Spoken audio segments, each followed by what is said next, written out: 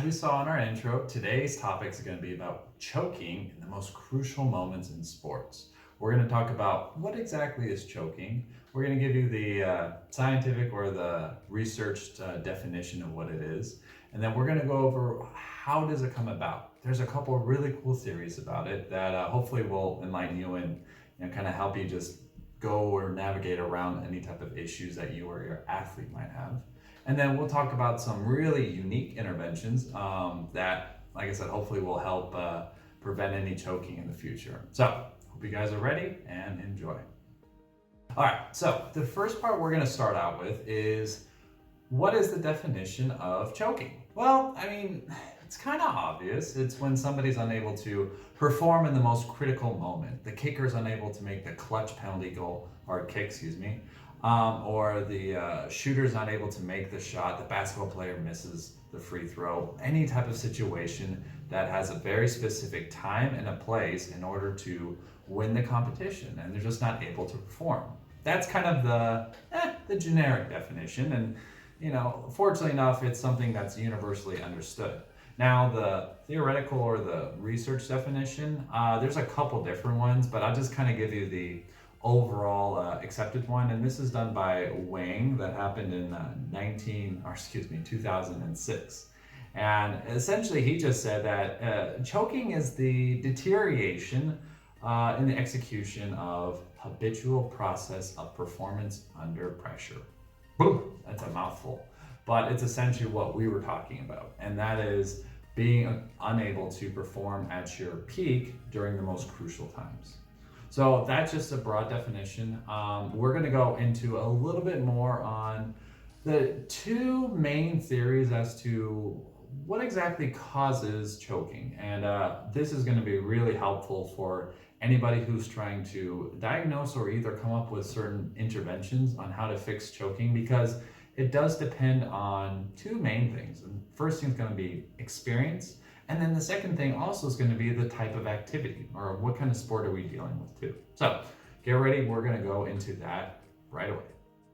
So the first theory about choking is called the self-focus theory. Now, this was really popularized back in the 80s by 𝗖𝗵cie𝗸𝗶H. Now, with this theory, we're going to be focusing on the cognitive process of whatever the athlete is doing. So essentially, 𝗖𝗵cie𝗸𝗶 had hypothesized that the reason why athletes choke is because they are consciously, or they just start thinking about their overall movement or their actions within that sport setting. So what I mean by that is, let's say we have a soccer player, okay?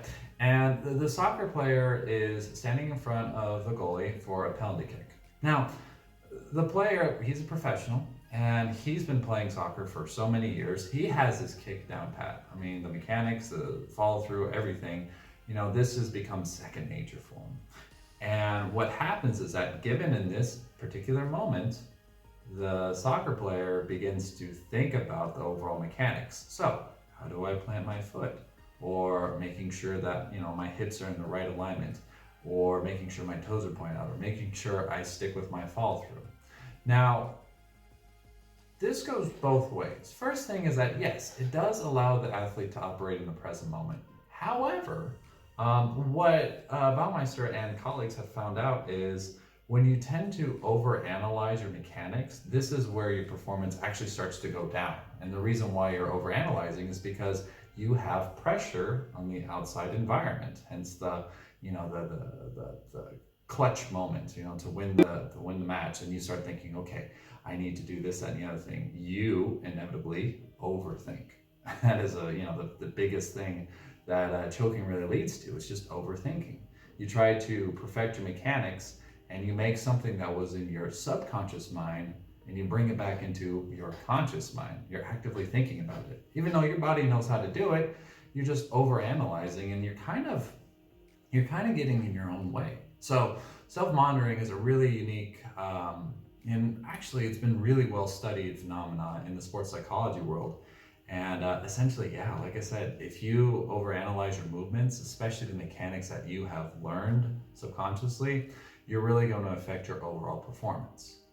Now, one thing with this as well is that this will affect more experienced athletes than, let's say, the novice. And the reason why is because the more experienced the athlete is, again, professional, Olympic level, whatever, their movements are so, I don't want to say memorized, but they're so ingrained in their overall body and their psyche to where it's completely subconscious. And then once they start tapping into the conscious side in their movements, this is where we're going to see a lot of deterioration in their overall performance. So if you're an advanced or an elite level athlete, this is something you may want to just kind of think about and see if you've been in these situations and how you've kind of reacted, or did you react well, or did you overthink it?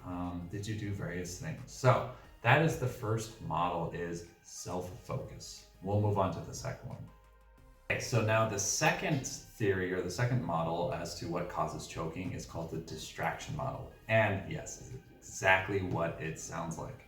Distraction model really entails that the athlete has become unfocused on their task at hand. Now, this could be attention going anywhere from the fans in the stands, the score on the board, or whatever the coach is telling them, or even, like I said, kind of what are the tiny nuances in their technique. A lot of times too, these distractions really inhibit them to perform at their optimal level.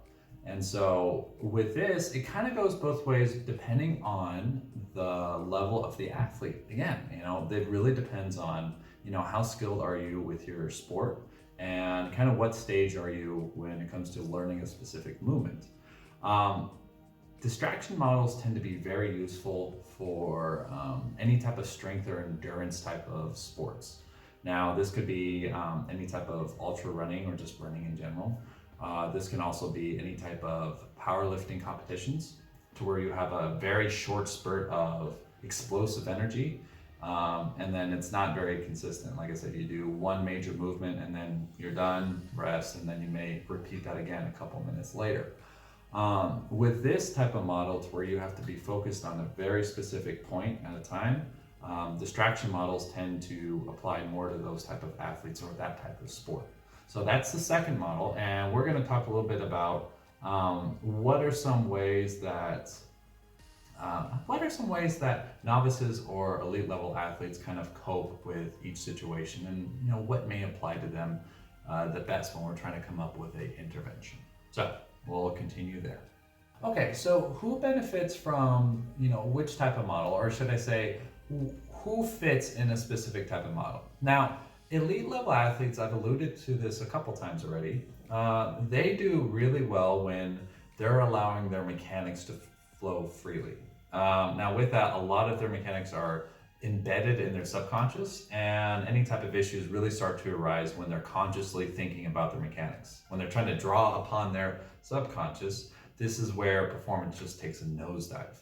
Now, really what helps a lot of athletes is called dual task orientation. That's really a fancy word, but really essentially what it is you have the athlete, still being able to produce or to actively engage in the movement they're trying to accomplish. Again, trying to kick a ball, and this is all subconscious. They're not thinking about this. What you'll have them do instead is that you have their conscious mind kind of going on some sort of mundane task. A good example is in my archery days, I would actually have a lot of archers, or even myself. What we would do is that, in between ends after we were shooting, we would just kind of think about a song, or even while we're on the shooting line, we would, kind of think of a song, or we would do some mundane tasks such as counting. This keeps our conscious mind kind of preoccupied, and allows our subconscious to kind of go through the process as it should. It's kind of a form of meditation when you really think about it. When you meditate, you're focusing on your breathing, breathe in, breathe out. You're consciously doing this, and you're kind of giving your subconscious a little bit of a rest, or time to recuperate, so to speak.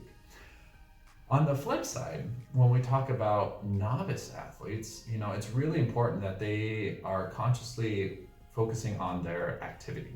Just because they don't have these movements, deeply embedded in their subconscious, they're not fluid yet. They're still learning. And so it's really a good idea to have them be single task oriented, to really just focus on the movements themselves. Let's not have them count. Let's not have them, think of a song or anything like that. Let's just have them focus on the process. And they tend to do well in clutch moments, to kind of prevent choking. So those are kind of two things that, elite level athletes do versus non-elite level athletes. So I want to talk a little bit about what I have seen that tends to be kind of a recurring theme when it comes to athletes that are really susceptible for choking. There are some athletes out there that are cool as a cucumber, so to say. And then there's other athletes to where, any little pressure, and I don't want to be harsh and say there's a major collapse, but there just tends to be a big drop off from performance to their overall ability. Now, the athletes that I've seen that kind of have this big drop off, they tend to be a little bit more self-conscious, so to speak. There's a really large aspect of social anxiety and wanting to be accepted by peers, by coaches, by parents, the crowd, what have you. They just want to be accepted. And being part of a sport, if you do well, you're cheered and praised. And, a lot of athletes, especially young athletes, see that as a way of belonging. And, this is kind of a case where, as a psychologist, we have to be able to kind of build up a self-esteem, so to speak, but also to kind of build up confidence, so to speak, to where we don't want the athlete to be solely dependent on the results on a scorecard, because that is a very, very dangerous, and it's just overall it's not a great way to live life, so to speak. I often use an analogy with my students to where, a lot of athletes, especially elite level athletes, they have a tendency to put all their resources and all their energy into one thing. Much like, let's think about a table, for example. Now you have a table, and this table has one leg, it goes straight down. And all your time, your energy, your money, your free time, the time to go spend with friends, even the time to go to school, everything is kind of poured into this one leg. Now this one leg could be your sport. And what happens is that, if you put all your time and energy and effort into one thing, a table with one leg is not very stable. It's very easy to tip over. And I hate to say it, but life is much like that. So yeah, life itself, it's very easy to knock that table over. And it's just such a unstable platform, and it's a very negative emotional experience for an athlete, to have everything hinge upon a performance of even a single tournament. And then you're just asking for choking behavior just to come out of that. So what should we do? Well, we should learn to kind of branch out and kind of create more legs, to create a better social support, create a more motivational environment, maybe a little bit less competitive. Find some other hobbies, find some other things that you like to do. Create balance in your life. These little things really help alleviate the need to, overcome any type of performance anxiety.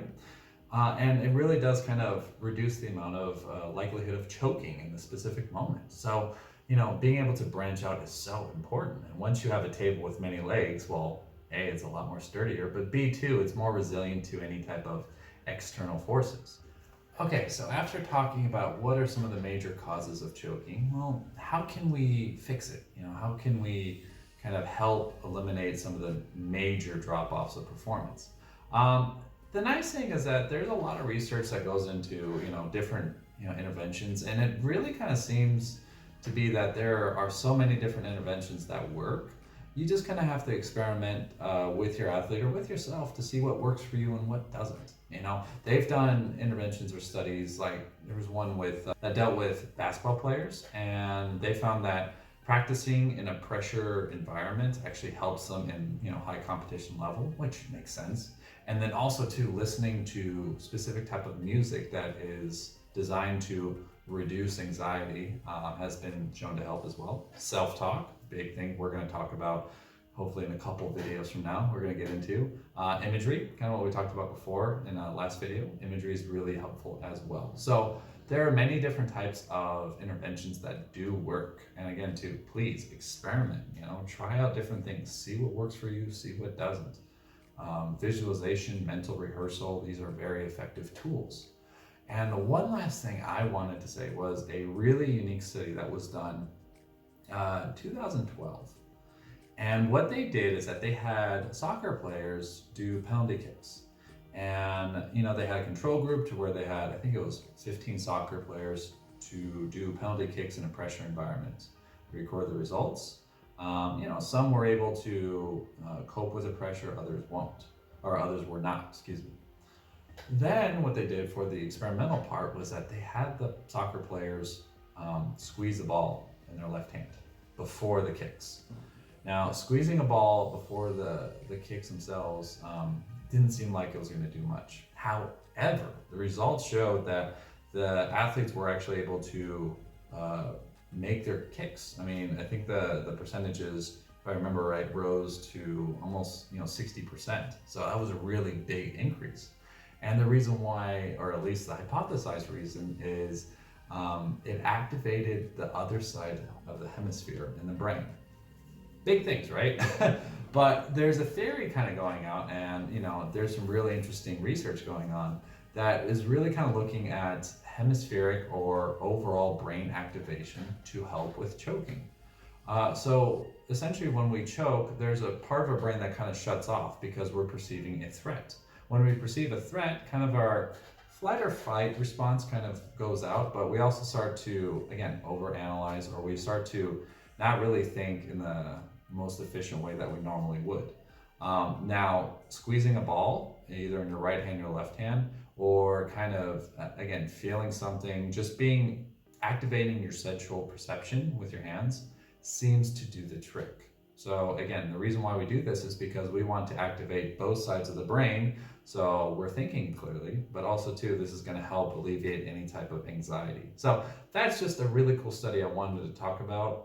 Again too, experiment. If you have something like a fidget spinner or something that you can play with before the actual event, depending on what kind of sport you got, or even the kick, the shots, the goal, whatever. Try to do something like that, and just try to get both sides working in the brain. And that's a really unique study I just wanted to show up.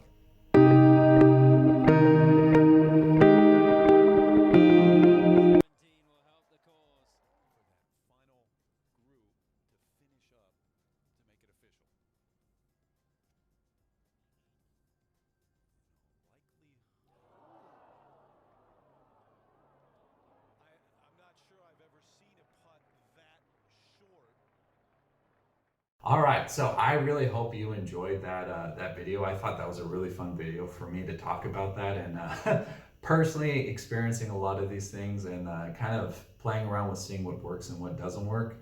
It's been a very interesting topic for me in my past, but hopefully for you, it's not going to be too much of an issue. And hopefully from this video, you've taken away what exactly choking is, what are some things that we can do to eliminate it, and hopefully you can now get some tools to actually kind of help yourself out. And if you have any questions, please feel free to email me. And really guys, I do appreciate it if you could just hit that like button, and again, kind of check out some of my other videos. I mean, hopefully you might find something that's interesting. If you have any ideas, please comment below. All right, take care guys.